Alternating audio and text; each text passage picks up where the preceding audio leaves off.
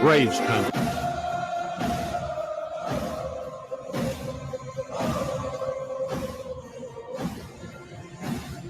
Hey, howdy, hi, and how the hell are you?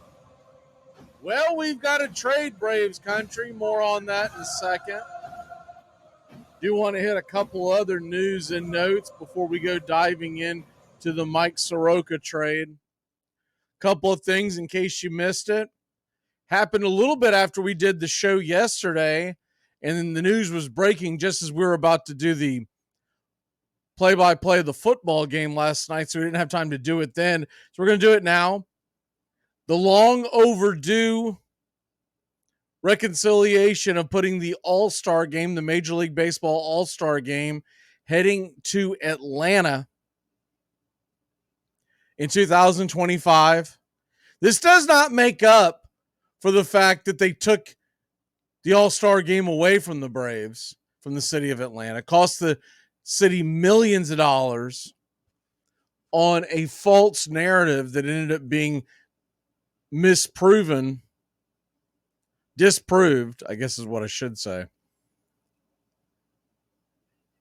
And we won't get into the politics of that, but it was one of those things that basically Major League Baseball got took, and they're trying to make up for it by giving Atlanta the All-Star game back. I still say the city of Atlanta's got nothing to do with the Braves.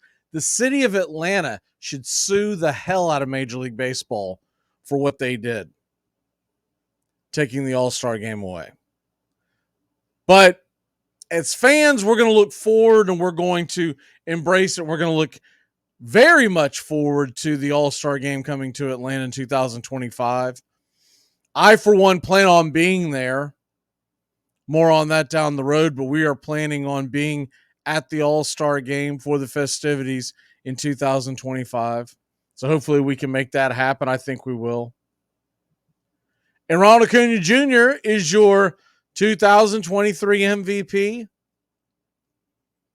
And it was the first time ever that both the American League and the National League All-Star MVPs were unanimous decisions. It was Acuna in the National League and Shohei Ohtani in the American League.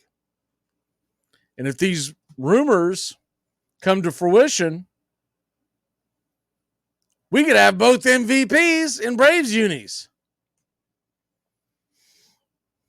Couple other news and notes that you might want to know about that happened today. We won't do a long show today. This is a very quick and to the point. We told you anytime there was big news that broke, we were going to do a show. I was stuck at work this morning, so I didn't have a chance to do the show earlier today. But a couple of things. Yamamoto, the Japanese pitcher, is expected to be posted for free agency by the Japanese club on Monday. And what that means is he has 45 days to negotiate. And if it doesn't get resolved in 45 days, he won't be coming to America this year. So expect whatever deal that gets done to be done sooner than later. If you start the clock, you're basically talking about roundabout by the end of the year. By the end of the calendar year, end of December, we should know where Yamamoto is going. We went into that in pretty heavy detail on yesterday's show, so we won't dive back into that. Cleveland made a trade.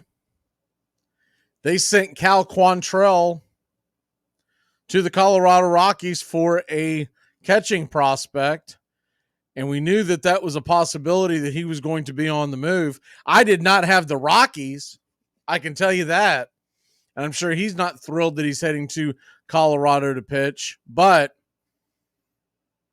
it really starts the engine of everything that is going on in the world of the hot stove and you got to appreciate that, because looking at this and looking at where we are at, Quantrell getting moved doesn't make a big deal for everybody out there on the block. But what it does do is it starts rolling, it starts moving everybody towards, and remember, the winter meetings is in a couple of weeks. That'll take place in Nashville, Tennessee. I also noticed something that I don't know, it must have flown under the radar with me. But remember when the Rome Braves said they were changing their names from the Braves? They have chosen the name the Rome Emperors. So take that with what you will. They're using a penguin as their mascot. I don't really get that. Why you would use a penguin in Georgia. But whatever. That's what they're going with, the Rome Penguins, or the Rome Emperors. And I don't know. I said it before, I'll say it again. I won't be buying any of their merchandise. I have no desire to fall down that hole. So there you have that. Now we get into why we are here and why everything that is going to transpire over the next several weeks. It really began late last night. In the Atlanta Braves, if you missed it, had a 6-player trade where the Braves are only getting 1 player. Now, in this trade, the Atlanta Braves are going to get left-handed reliever Aaron Bummer. More on him in a second. They are going to send 5 players to the Chicago White Sox. Michael Soroka, Jared Schuster, Nicky Lopez, Brandon Shoemake, and Riley Goins. Now, let's take a couple of them out. We'll set them off to the side. Braden Shoemake was not going to make an Atlanta Braves roster anytime soon. Braden Shoemake was going to eventually run out of options. He was going to run out of arbitration. And his ceiling is really right about here. And when I say right about here, that means that here's the level of the Arcias of the world. And the possibility of a Vaughn Grissom playing anywhere. So some of this has to do with, and we'll see how it unfolds, but let's say they don't promote Vaughn Grissom to the major league team. He could then get some really honest work in at shortstop. We'll see how that unfolds.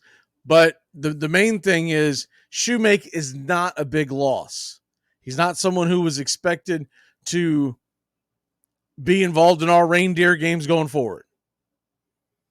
Same thing with Riley Goins. He's a right-handed reliever that the Braves drafted in the 9th round of this past year. And he's shown some upside, but all in all, he's a long-term project. What they did get rid of, that more Braves fans will be much more in tune with, is, of course, Michael Soroka, Jared Schuster, and Nicky Lopez. Now, Nicky Lopez would have cost the Braves $4 million had they brought him back. And you look at that comparatively, Nicky Lopez would have been making twice as much as our starting shortstop, Orlando Arcia, this coming year. So you think about that, it really would be a waste of money. So there's a very good chance he was going to get released anyways. Then you get Michael Soroka. And Soroka was expected to make $4 million this year. You did not have the option anymore of hiding him down on the farm. If you brought him back, he was going to have to be on the 40-man roster. and pay him $4 million. And I think we've all seen it. And look, I wish Soroka the best in the world. He was fun to watch when he was healthy. Since he has come back, he has been very difficult to watch. He is a shell of his former self. And maybe he can get things right. And maybe playing on a team like the White Sox, who aren't gunning for a World Series title, maybe he has an opportunity to straighten himself out, and away we go. But that was not going to happen in Atlanta this year. And I don't think that he would have been able to do anything about it.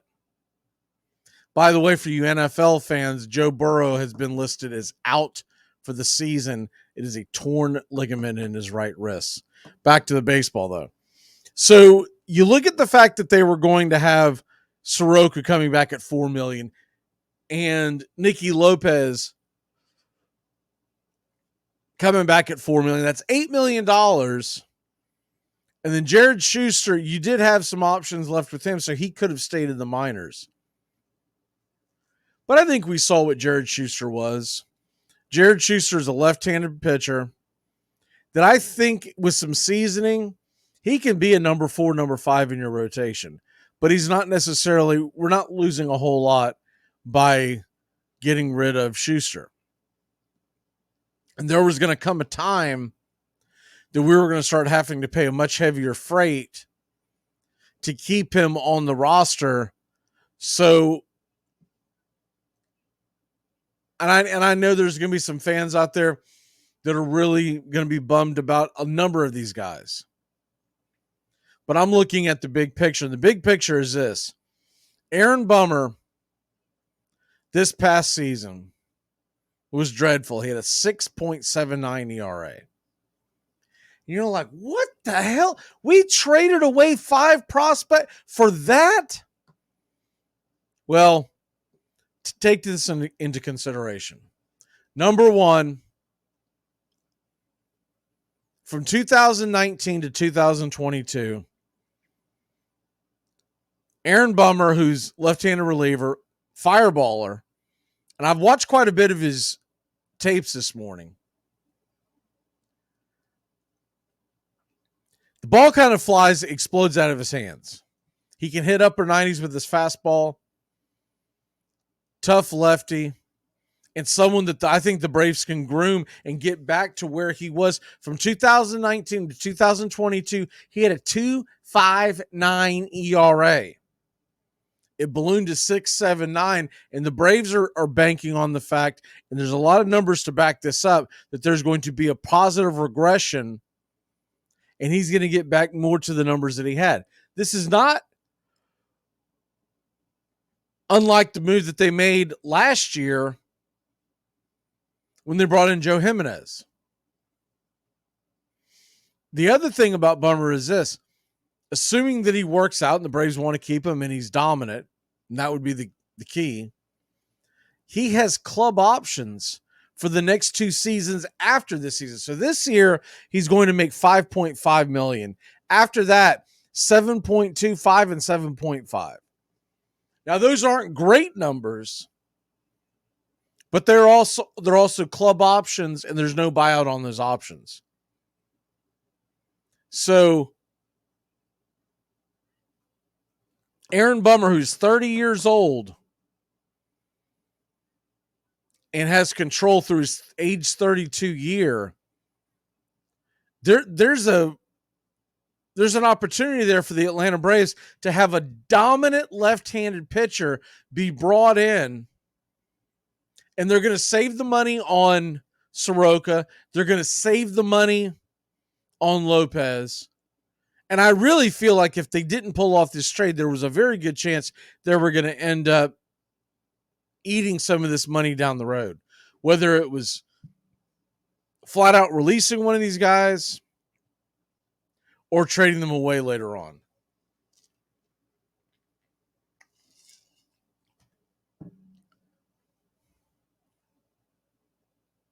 And so Aaron Bummer, 30 years old, if they can get him back, and he doesn't have to be elite, but if they can get him back this year, closer to that 2.59 ERA. You're going to have two really good left-handers in the bullpen, in the back of that bullpen, in AJ Minter and Aaron Bummer. And then remember something else. Tyler Matzik should be back this year. And there's a chance he could actually be back in time for opening day, though I don't suspect he will be. I got a funny feeling we're going to see him closer to late May, early June, best case scenario. You get that, then you have three damn good lefties coming out of your bullpen. And you think about where we were last year, and that's not even counting Dylan Lee, but you think about where we were last year heading down the stretch, where Brad Hand was our only other left-hander on our roster heading into the playoffs that wasn't named Max Fried.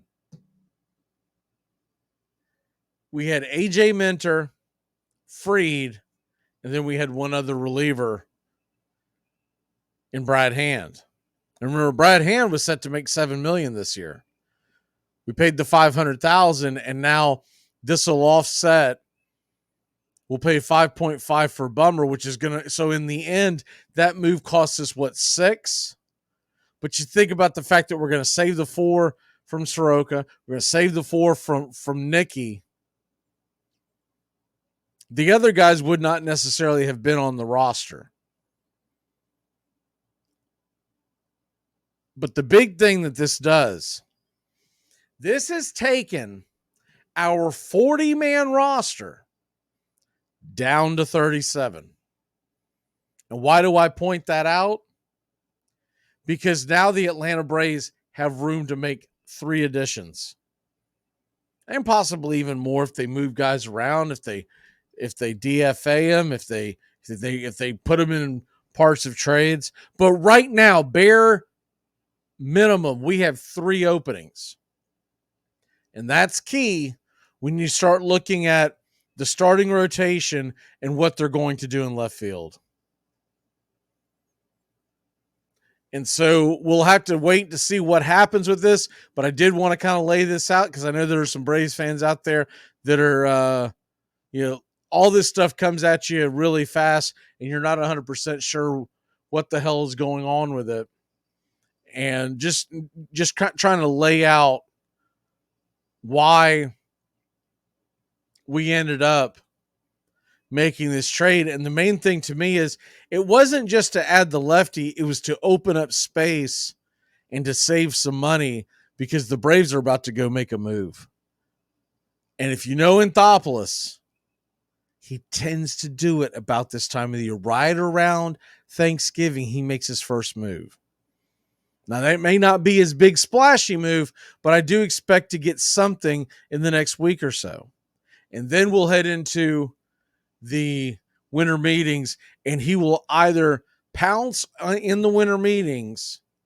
That isn't typically what he does. Typically at the winter meetings, he gathers a lot of information, and then you start seeing moves outside of it. But we do want to give congratulations to Ronald Acuna Jr., who has become the 8th Braves MVP in franchise history. Dates all the way back to 1914 in the Miracle Braves. Johnny Evers in the Miracle Braves was the MVP in 1914. Robert Elliott in 47. Hank Aaron in 57.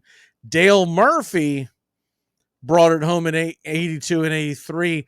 Terry Pendleton, most of y'all remember him doing it in 91. And of course, Chipper Jones in 1999. Freddie Freeman in 2020. And now Ronald Acuna Jr. becomes, I think I said 8th, becomes the 9th MVP winner. The 8th player, but the 9th MVP award going to Ronald Acuna Jr. So there you have that. And I do believe, just like Dale Murphy, he is going to win multiple MVPs in an Atlanta Brave uniform. All right. We're going to go ahead and jump out of here. Didn't want to take up your whole day. Just want to kind of give you an idea of what's going on in the hot stove. And y'all have a great day. And any more news pops up, we're going to jump on here. Some of them will do live. Some of them will do drops like these. Have a great weekend, y'all.